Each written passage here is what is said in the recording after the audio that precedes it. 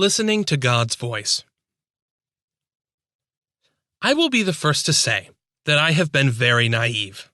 I have been a sucker. Proverbs chapter 14, verse 15 declares, "The simple believeth every word, but the prudent man looketh well to his going." If one is very gullible, one must learn to listen to God's voice, or at least one must learn to wait for good advice from wise people. I remember my mother telling me not to trust a particular lawyer. After my mother died, the lawyer called. The lawyer said in passing, "Oh, even if you won't use me to process the will, send me the paperwork you need with your bank statement, etc. I'll see if I can help you." I did. The paperwork was all that lawyer needed. She simply told the bank that she was my mother's lawyer, and she took the money for herself when the bank sent her the money from my mother's bank account. I was a fool. I did not allow myself to have time to think or to ask God for help. Perhaps I thought it was such a small matter that nothing bad could come of it. I should have reminded myself that the woman was a lawyer and knew more about the law than I did. Even if I was alone or overwhelmed, I could have asked for advice instead of simply doing what the lawyer asked. As it is written in Scriptures, "Without counsel, purposes are disappointed, but in the multitude of counselors they are established."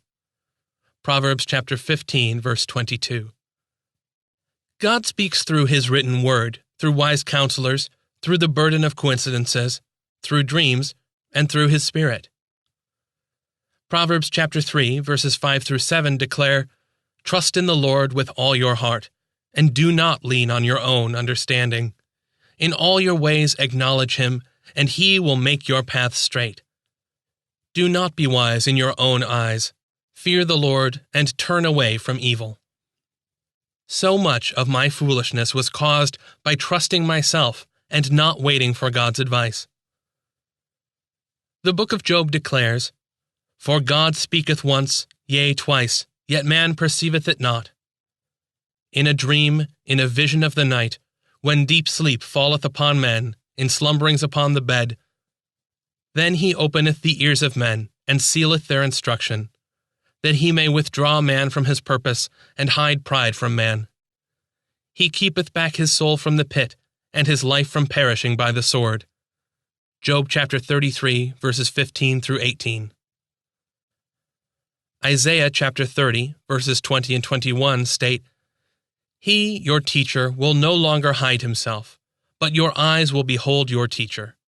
Your ears will hear a word behind you. This is the way, walk in it, whenever you turn to the right or to the left." I can attest that God has guided me. But there have been moments when I either did not wait for Him to guide me, or I knew He had guided me, but I simply did not wish to obey His leading. This was not simplicity on my part, but pride and willfulness.